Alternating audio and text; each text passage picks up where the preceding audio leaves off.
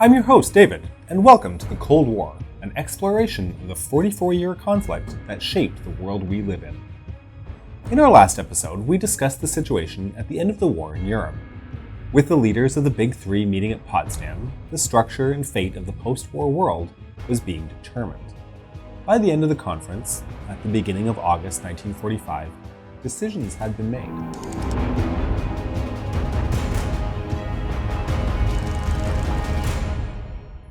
Germany was formally divided into 4 zones of occupation: British, French, American, and Soviet, under the joint administration of the Allied Control Council.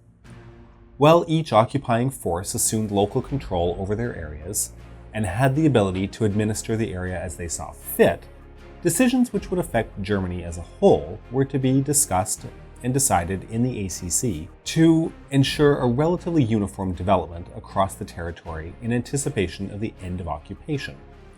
The Soviet army assumed formal control of the eastern portion of Germany, including Thuringia, Saxony, Saxony-Anhalt, Brandenburg, and Mecklenburg, territory extending west to the River Elbe. The Americans took over administrative responsibility for southern and central Germany, including Bavaria, Hesse, and Baden-Württemberg, as well as Bremen and Bremerhaven in the north, to ensure the Americans had direct access to the sea. The British sector, which included occupying troops from the Dominion countries, as well as Belgium, Norway, and Poland, included Schleswig-Holstein, Lower Saxony, and Rhine-Westphalia. The French sector, only grudgingly given to France as recognition for their contribution in the Allied advance on Germany, was in the southwest corner of Germany, around the cities of Mainz and Koblenz, as well as the control of the Saar. Berlin, deep in the Soviet zone of occupation, was divided into 4 zones, one for each of the occupying powers. Potsdam also resulted in both the restoration of old borders as well as the creation of new ones. The Nazi annexations that had taken place since 1936 were reversed, including the restoration of the Sudetenland to Czechoslovakia, Alsace-Lorraine to France, and areas of western Poland that had been directly annexed by Hitler.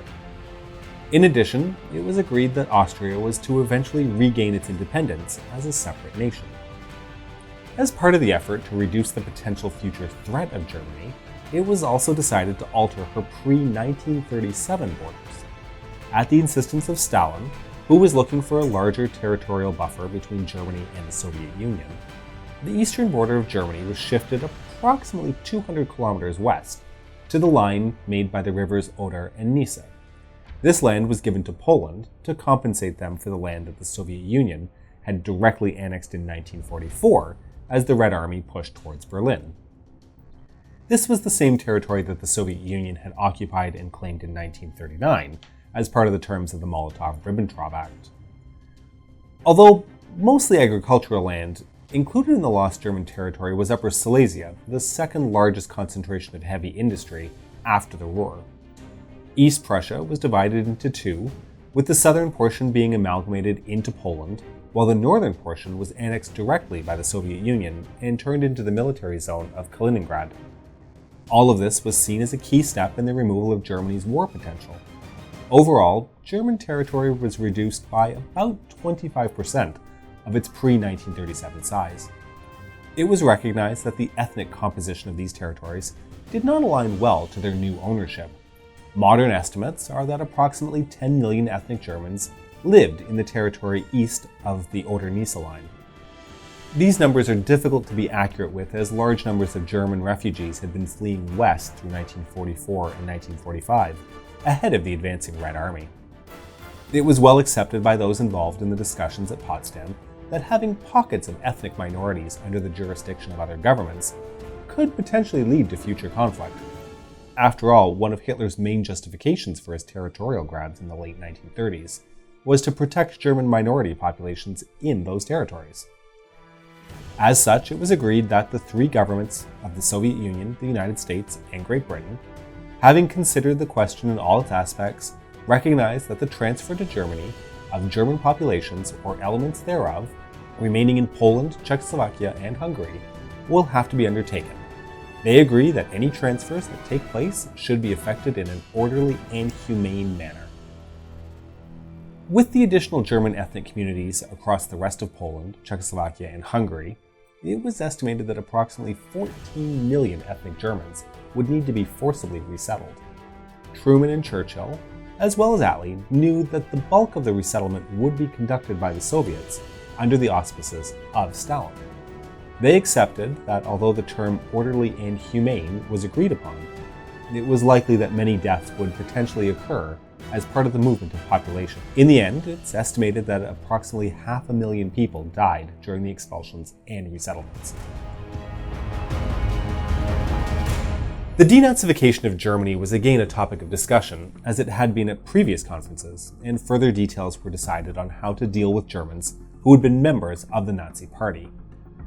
Keep in mind, not all Germans were Nazis, with membership in the party sitting at approximately 8.5 million Germans by war's end, out of a total population of approximately 80 million. However, it's vital to remember that almost all leadership roles and positions of influence had required party membership.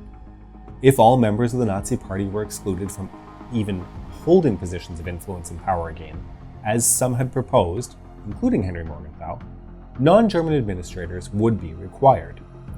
If the goal was to, at some point in the future, return Germany to self-rule, to allow it to return to normal life, experienced Germans would be necessary to fill administrative roles. This meant that, despite calls for the death penalty for Nazi Party members, which had even found support from Churchill himself, a different method of denazification was necessary. It was agreed at Potsdam that top-ranking Nazis would be tried through a special court system, which became the Nuremberg trials. In this way, top-ranking Nazis were used as representatives to be able to absolve lower-ranking party members.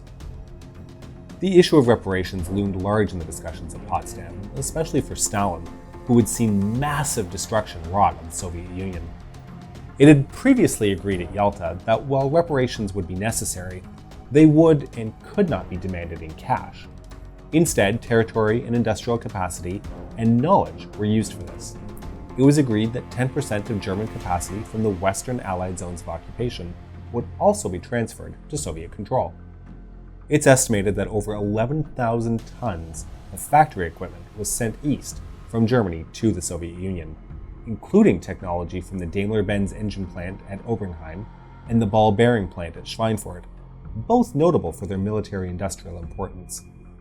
The Soviets also aimed to seize as much of the German scientific community as it could, in order to have them work towards Soviet scientific developments. This resulted in the development of Operation Paperclip, where the Western Allies did the same thing, but we'll talk more about this in depth in future episodes. Prior to the meeting in Potsdam, arranging Soviet involvement in the Pacific Theater had been a significant point for the United States. They knew the casualty rate for the planned invasion of the Japanese home islands would be extremely high, and hoped to offset them by means of Soviet help. They were even prepared to allow the northern island of Hokkaido be occupied by the Soviet Union. However, by the time of the meeting in Germany, the US had a new, what it thought to be secret, weapon, the atomic bomb. The successful Trinity test in New Mexico on July 16, 1945, had given the United States and Truman what they felt was the upper hand in the Pacific War, and they were no longer as eager to see Soviet involvement against Japan. On July 25th, in a private meeting between Truman and Stalin, Truman revealed the success of the test to the Soviet leader. What Truman did not know was that Stalin, through his growing spy network in the United States, already knew about the success of the test, and although he didn't admit it, he knew that the United States possessed the military advantage as a result. Stalin backed down on his planned invasion of Hokkaido in favor of taking prearranged territory in Manchuria, Korea, and the Kuril Islands. By August 2nd, as the conference concluded, the Potsdam Agreement was issued, outlining all the items we've just discussed. It is extremely important to note that the agreement was just an agreement. It was not a peace treaty, nor was it a legally binding international agreement. While the Big Three abided by the terms of the agreement, the French, who had been excluded, felt no compulsion to do so. In fact, they would go on to do their utmost to ignore the terms of the agreement, especially when it came to the transfer of ethnic populations, as well as material transfers to the Soviet Union. French, although part of the democratic West, would continue to act in the best interests of France, even when it put itself at odds with the rest of its allies. By the end of the Potsdam Conference, glimmers of an emerging post-war order could be seen. The focus was clearly on Germany and how to deal with the instigator of war, but the two powers that had helped to win the war were clearly not always on the same page. It was apparent that further conflict between them was possible, even likely.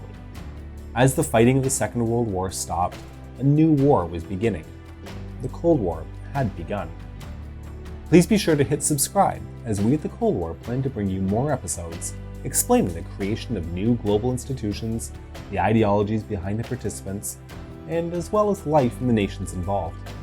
We rely on our patrons to create these videos, so consider supporting us via www.patreon.com/thecoldwar.